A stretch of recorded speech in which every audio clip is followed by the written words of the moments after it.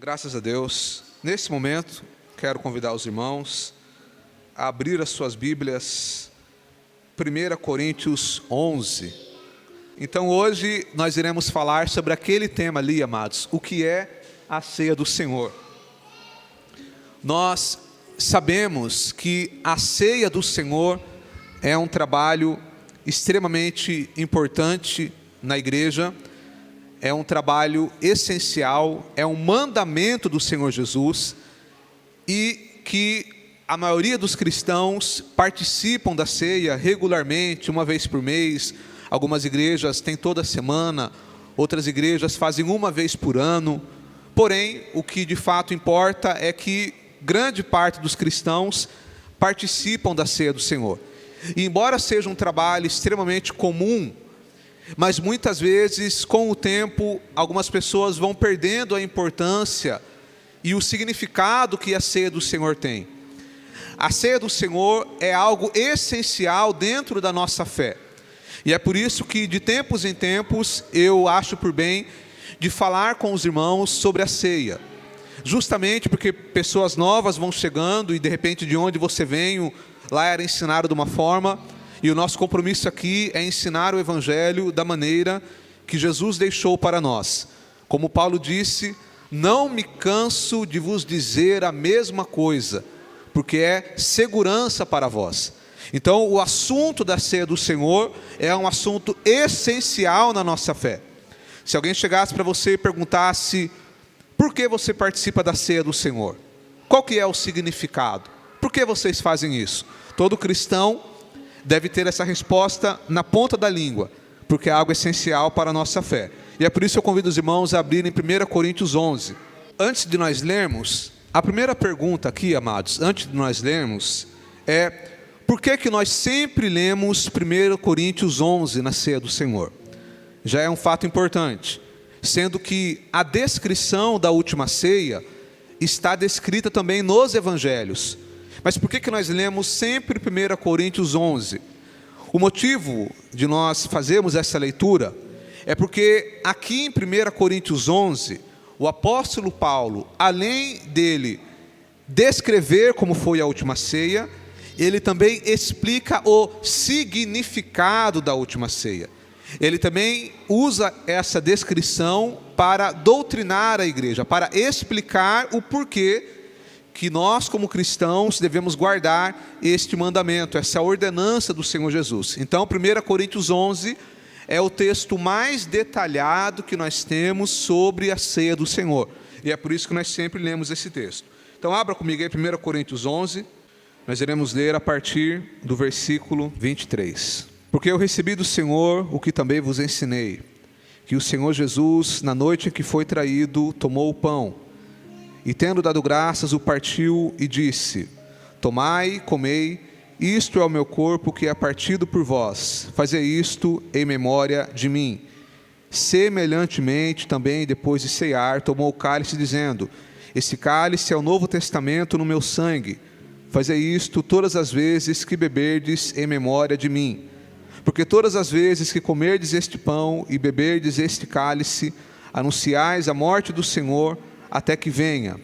Portanto, qualquer que comer este pão ou beber o cálice do Senhor indignamente, será culpado do corpo e do sangue do Senhor. Examine-se, pois, o homem a si mesmo, e assim coma desse pão e beba deste cálice. Porque o que come e bebe indignamente, come e bebe para sua própria condenação, não discernindo o corpo do Senhor. Somente até aí, amados. Glória a Deus. Em primeiro lugar, irmãos, por que é importante nós sempre revisitarmos esse assunto da ceia do Senhor? Nos dias em que estamos vivendo, com o adendo aí, o crescimento da internet, se levantou com uma força muito grande o movimento dos desengrejados, que são aqueles que defendem a ideia de você ser cristão sem participar de uma igreja local, sem congregar em nenhum local. E embora o Senhor Jesus, a palavra nos ensine que nós não podemos deixar a nossa congregação, embora nós, como corpo de Cristo, devemos ter o prazer de estar junto com os irmãos, mas aí o inimigo ele vai usar essa estratégia para que as pessoas fiquem em casa. E é evidente que você não vai deixar de ser salvo porque você não frequenta uma igreja. Mas é óbvio que você participar de uma igreja saudável vai agregar na sua fé, até para que você consiga ajudar outras pessoas, tendo em vista que todos vocês que estão aqui, que vão nos ouvir através da rede social, muito provavelmente você só chegou até o conhecimento da verdade porque você foi em alguma igreja e lá tinha alguém pregando a palavra, ou algum irmão, alguma irmã falou do evangelho para você.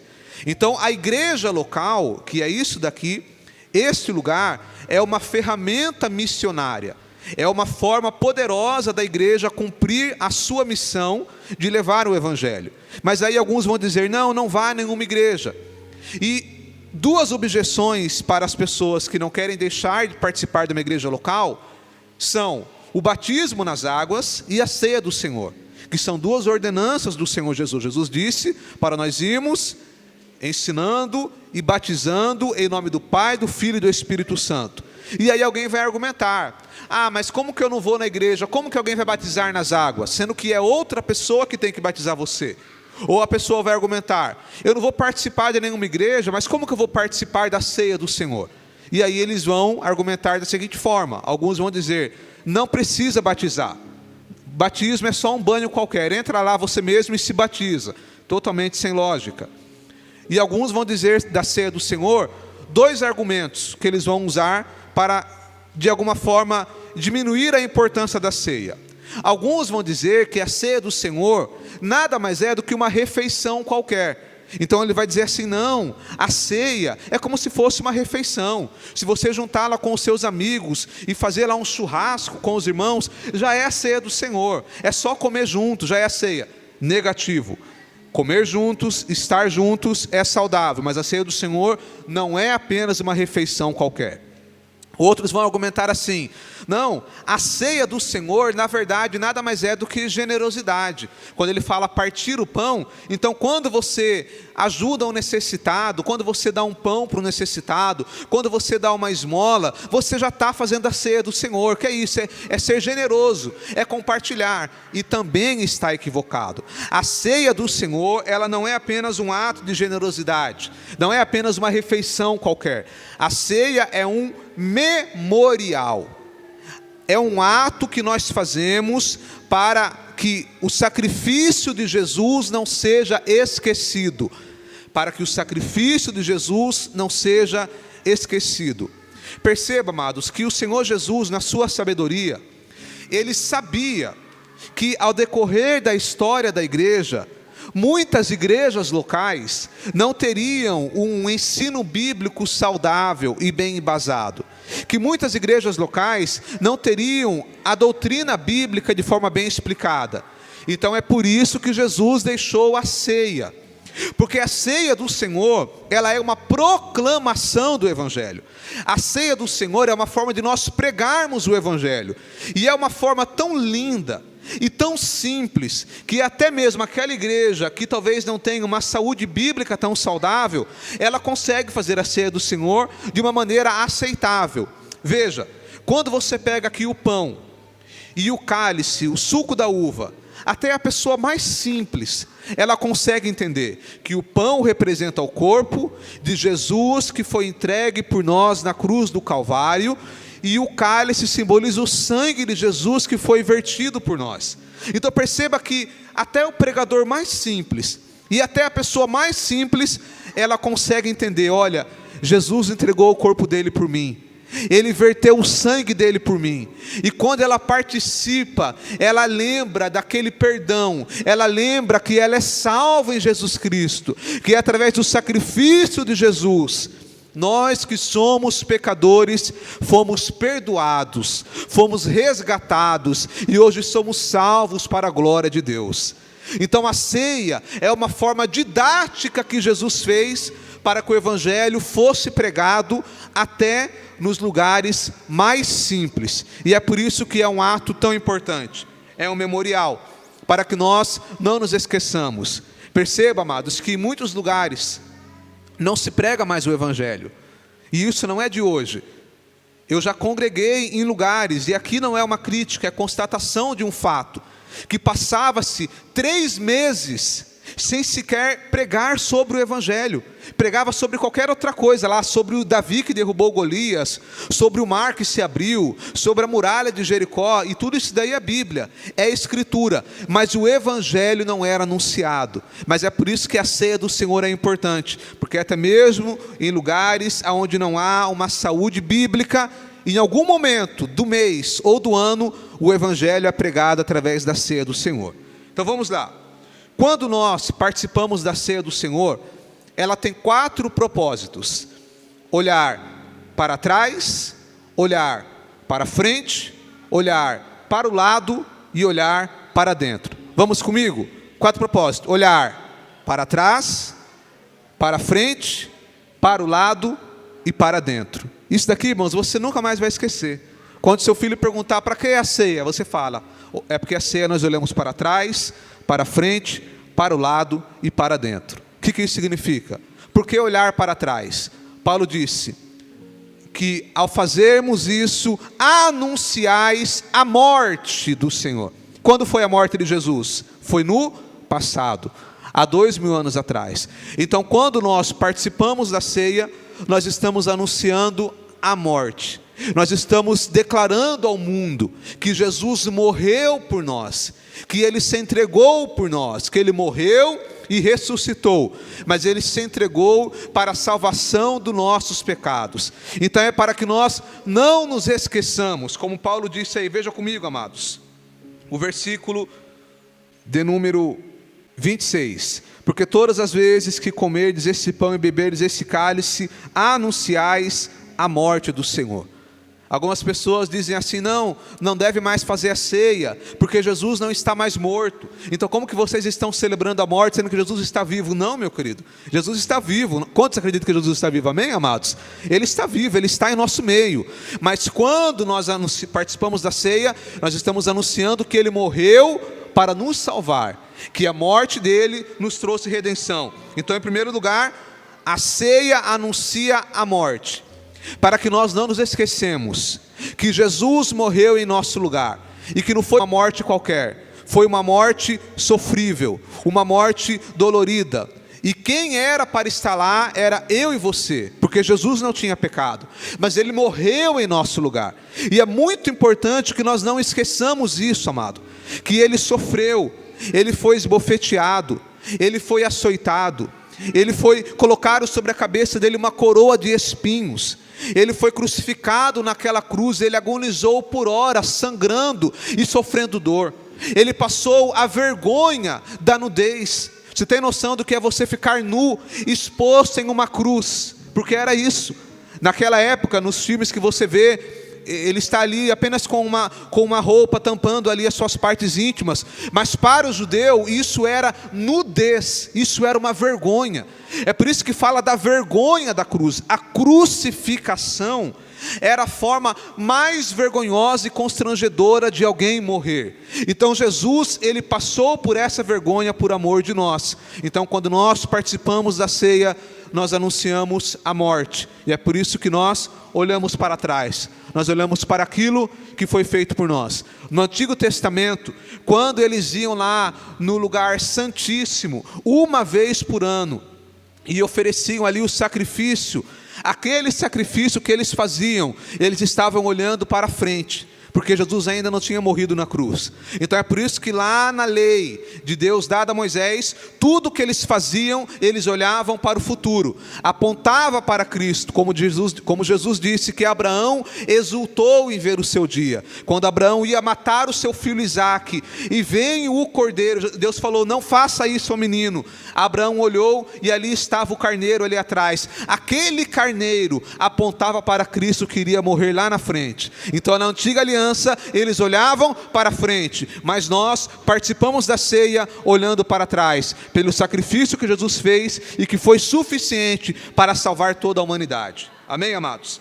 Segundo lugar, nós olhamos para frente, porque Paulo vai dizer no versículo 26: porque todas as vezes que comerdes esse pão e beberdes esse cálice, anunciais a morte do Senhor até que venha. quando nós participamos da ceia, nós também estamos lembrando que Jesus virá outra vez para buscar a sua igreja. Ele disse: não beberei do suco da vide. Na última ceia, ele estava ali com o suco da vide, e ele disse: não beberei do suco da vide, até beber convosco no paraíso. Aleluia. Nós temos essa esperança, que um dia Jesus virá nos buscar, e nós iremos ceiar com Ele na glória. Essa é a esperança da igreja. Então, quando a gente participa da ceia, nós estamos olhando para trás, pelo que Jesus fez, mas também estamos lembrando dessa esperança, que Jesus virá outra vez para nos buscar, porque lá atrás, Ele veio como cordeiro, como a Bíblia diz, como cordeiro levado ao matadouro. Ele ficou mudo, Ele não reclamou, Ele não murmurou. Então Ele veio como cordeiro de Deus, que tira o pecado do mundo. Você sabia, amado, que o cordeiro, a ovelha, é o único animal terrestre que não tem nenhuma defesa, nenhuma defesa. Todos os animais têm alguma defesa. Se você for lá e brincar e bater no cachorro, o que ele faz com você? Ele morde. Se você for lá e mexer com o gato, o que ele faz com você? Ele arranha. Todos os animais ele tem alguma defesa, a ovelha não. Quando vem o predador para matar a ovelha, ela não tem defesa, ela fica indefesa. E é por isso que quem cuida da ovelha é o pastor. Então Jesus, é por isso que Jesus ele morre, ele é açoitado e ele não se defende, ele não reclama, porque ali ele estava como cordeiro. Mas a Bíblia diz que ele virá não mais como cordeiro, mas agora como leão. E o leão é diferente, meu amado. O leão ninguém brinca com ele. E Jesus virá como leão para estabelecer juízo neste mundo. E essa é a esperança da igreja. É por isso que nós participamos da ceia, olhando para frente, na esperança que Ele virá nos buscar. Então, quando nós participamos da ceia, nós olhamos para trás, nós olhamos para frente, mas nós também olhamos para o lado, porque Paulo vai dizer, no versículo 33, portanto, meus amados irmãos, quando vos ajuntardes para comer, esperai uns pelos outros. Lá na igreja de Corinto, a ceia tinha tomado uma outra formatação, de maneira que as pessoas chegavam na ceia, cada um trazia a sua comida, e cada um comia e se banqueteava, e os pobres ficavam sem participar, e os ricos se fartavam. E aí por isso que Paulo vai dizer, que vocês estão participando sem discernir o corpo. O que é não discernir o corpo? É não entender o que é o corpo de Cristo. Quando nós falamos do corpo de Cristo, e a ceia é o símbolo do corpo, nós sabemos que o corpo de Cristo fala do sacrifício de Jesus que foi entregue por nós, Ele entregou-se por nós. Mas o corpo de Cristo também fala da igreja. Nós somos a igreja, nós somos o corpo de Cristo.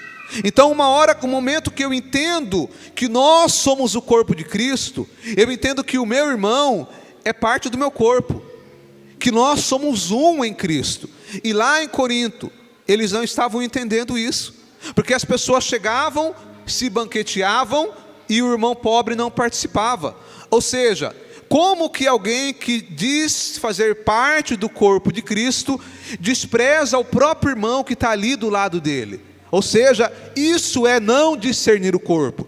Você não está nem sequer valorizando o irmão que está aí do seu lado. E é por isso que a ceia, ela tem esse simbolismo também, de olhar para o lado, no sentido de celebrarmos essa comunhão, olhar para o lado de ver meu outro irmão, a minha irmã. Quando falamos de olhar para o lado, isso, a ceia também é um momento de comunhão, de nós nos reunirmos. Ter comunhão é quando você está num grupo de pessoas que compartilham dos mesmos valores que você. Então nós estamos aqui tendo esta comunhão, estando juntos, em nome do Senhor Jesus, como a palavra diz, ao quão bom e quão suave é que os irmãos vivam em união. Então, embora, amados, existam várias denominações, existam várias placas, mas o povo de Deus é um só. Quando eu encontro os irmãos aí na rua que são de outra denominação, nós damos paz do Senhor, conversamos, abraçamos, celebramos juntos, porque a denominação é apenas uma coisa inventada pelo homem, para que a gente pudesse se organizar. Mas a igreja de Jesus, ela é uma só. Nós somos um só corpo em Cristo Jesus. E é por isso que a ceia é uma forma de nós lembrarmos essa comunhão. E é por isso, amado, que quando você vem no culto da ceia, é o momento de reflexão. Se porventura você está magoado com alguém, se porventura você está entristecido com alguém, lembre-se disso, não guarde perdão, seja livre dessa mágoa, porque nós precisamos estar em comunhão uns com os outros. Os irmãos percebem que ao final do culto nós temos ali um café, um bolo, alguma coisa. Isso não é à toa, é justamente para que nós possamos cultivar essa comunhão. Ainda que você fique aqui após o culto 5 minutinhos, 10 minutinhos, mas o propósito é esse, é para que nós cultivemos essa comunhão de estarmos juntos, unidos, uma igreja saudável.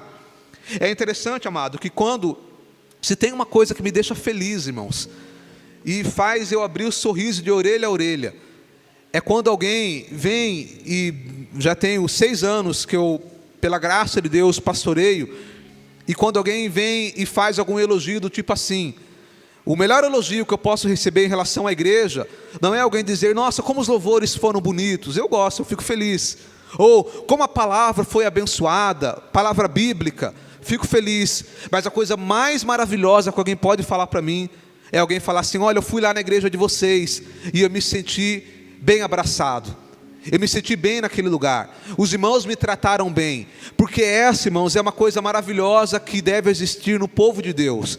Quando chega alguém em nosso meio, amado, se não é daqui, se você vê alguém diferente, faça questão, irmão, de ir lá tratar essa pessoa bem, abraçar essa pessoa, após o culto, vai lá, conversa com ela, porque nós precisamos cultivar essa comunhão.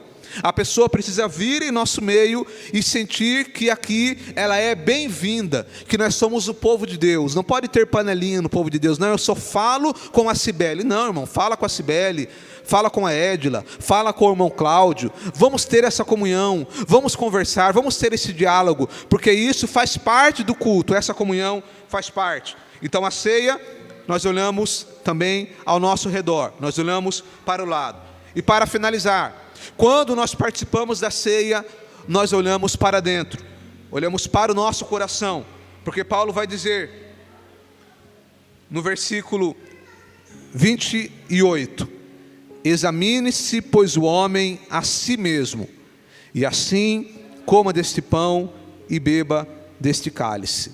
Quando nós participamos da ceia, nós também temos que olhar para dentro, nós também temos que fazer uma análise.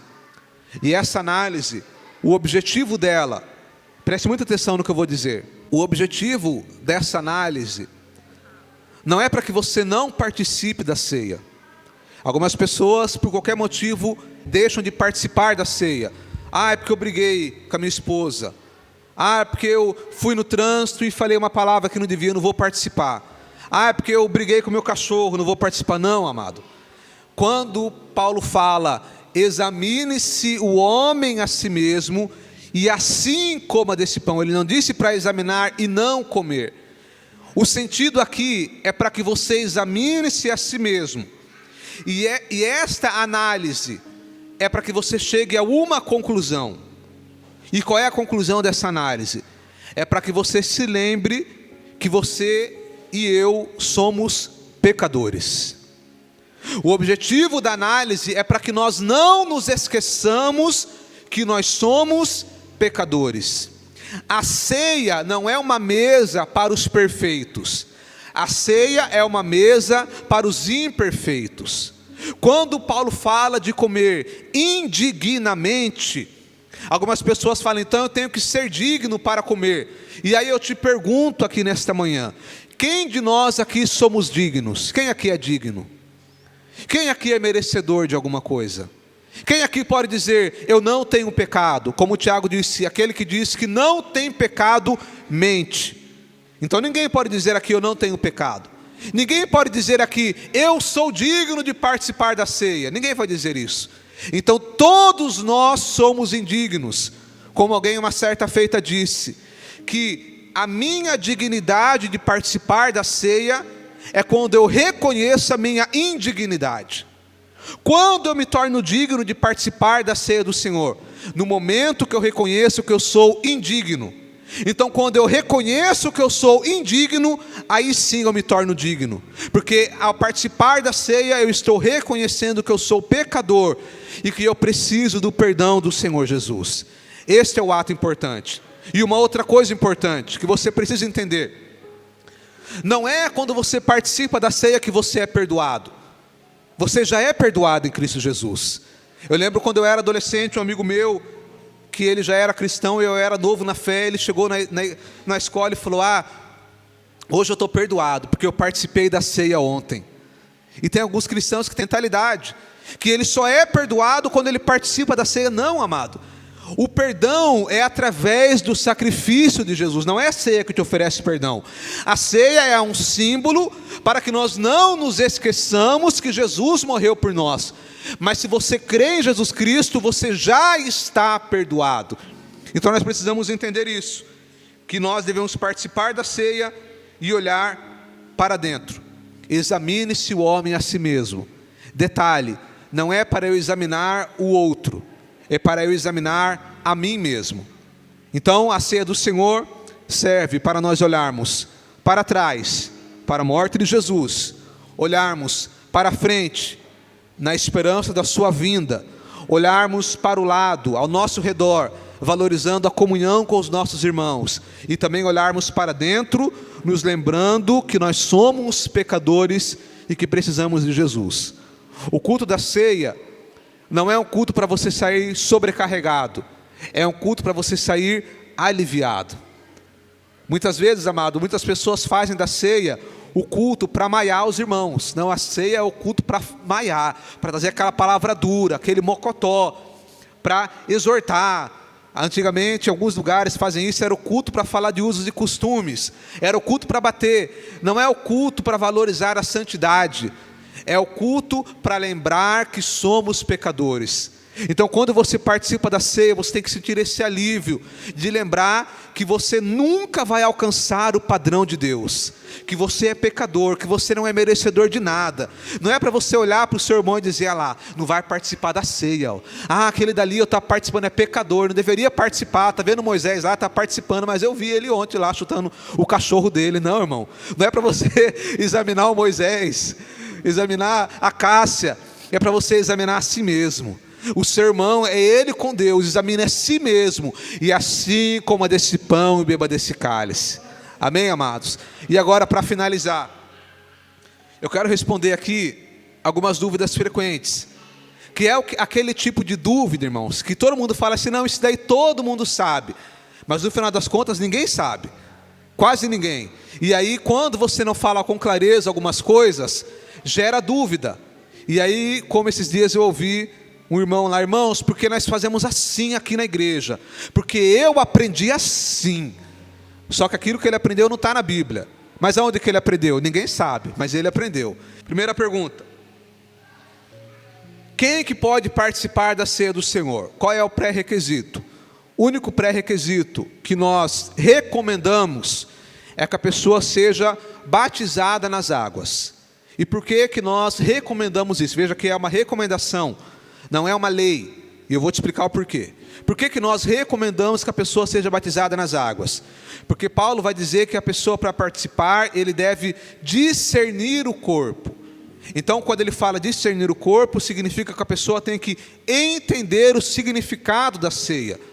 E quando nós colocamos esse pré-requisito do batismo, é porque quando alguém vai batizar, a pessoa faz um discipulado, onde ela é instruída nos valores centrais do cristianismo. Então o batismo é uma forma de nós assegurarmos que a pessoa que vai participar da ceia, ela está ciente do significado daquele ato. Então é por isso que é um pré-requisito. Porém, não é unanimidade entre os cristãos, entre os estudiosos da palavra, esse pré-requisito, porque isso não está claro na palavra. Ninguém pode vir aqui e dizer: a Bíblia ordena que só quem é batizado nas águas pode participar da ceia. Não, não tem esse texto, mas é óbvio que é a recomendação, de uma maneira geral, das igrejas, que a pessoa seja batizada nas águas.